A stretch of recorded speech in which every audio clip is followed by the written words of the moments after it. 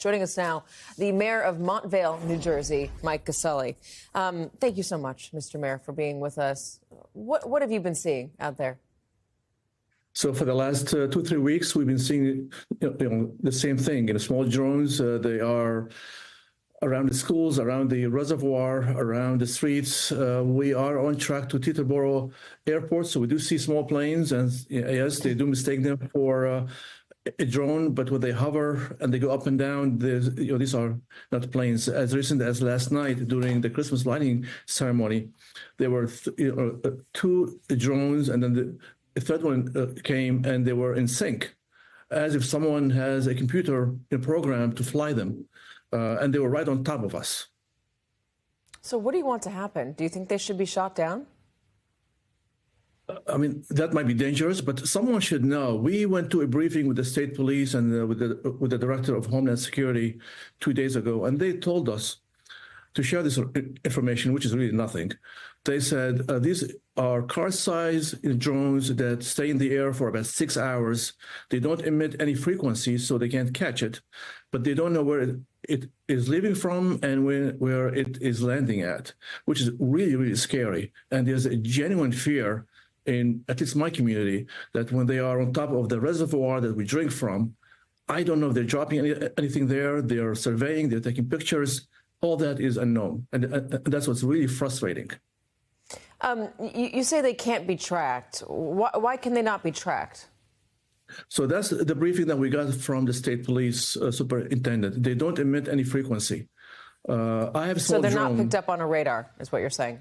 They're not picked up exactly. I have a small drone. It's a handheld drone. If I fly it over 400 feet, I get a message I am in violation and to drop to below 400 feet.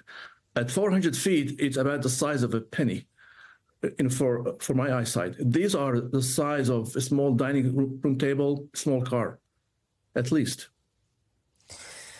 The residents in your area, you say, are concerned about the reservoir. What do you have on the reservoir to make sure that it's not being tampered with? I mean, I assume you have real-time sensors to make sure that all of the levels within that water are still safe to drink. Yeah, so the water company does that for us. It is fenced all around, but these are flying. So they're flying on top of the reservoir, the schools, the electric substation. And the fear is that we don't know who's flying them. And that's where my residents are asking, who are these? And why all of a sudden, and why they are flying in sync? There is an organized program that is making them fly that way. Are you worried that you might have some residents trying to take these things down themselves?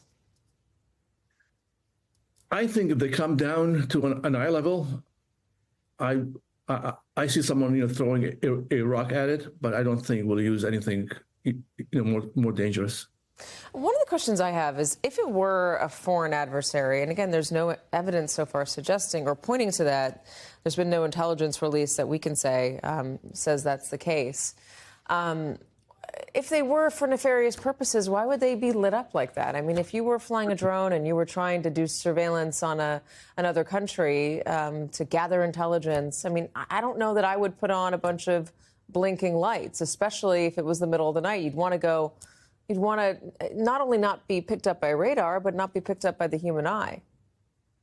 Exactly. You would go dark. The fact that engineers, when they survey at night because there are no cars and there's no disruption. So that makes sense. The fact that they use lights means they are registered with the FAA, you would think. But no one has, to my knowledge, as of this moment, said, yes, we know who they are are okay, don't worry about it. No one can tell us who owns these drones, and that's what's scary. One of the reasons this makes it concerning for folks, especially lawmakers, is that there were a bunch of drones hovering over military sites, naval sites in Virginia last year. And the Pentagon had questions about that. There's still some serious concern within the Pentagon about what exactly was going on there. There was also evidence that a Chinese student, was flying some drones around there, and he was never charged. But when police stopped him and eventually let him go because they had nothing on him, he got in a plane and went back to China. This is according to reporting from the Wall Street Journal. So there's certainly a heightened level of concern out there regarding the use of drones. If you were talking to somebody within the federal government who could address this stuff, what would be your suggestion in order to make your residents feel safer, but also to make you feel safer? I think there's two things that they could do right away. Number one, declare a no-fly zone for drones. If a drone is in the air, then that drone is up there illegally. Shoot it down. The second thing, there's about 700, 800,000 registered drones that they can go and track. Do you have your drone? It's some work to be done, but that's the only way to go back and track who is flying these drones. When I fly my drone, I get a message if I'm in violation, and that's a handheld drone. Maybe just not allowing drones, period, if we can't figure out which is an amateur drone and which is not an amateur drone. And there's also a lot of privacy questions around just anyone flying a drone out there and what they can see and what people are entitled to on the ground. Mayor Ghassali, thank you very much. We hope you get some answers soon. We hope to get some answers soon as well.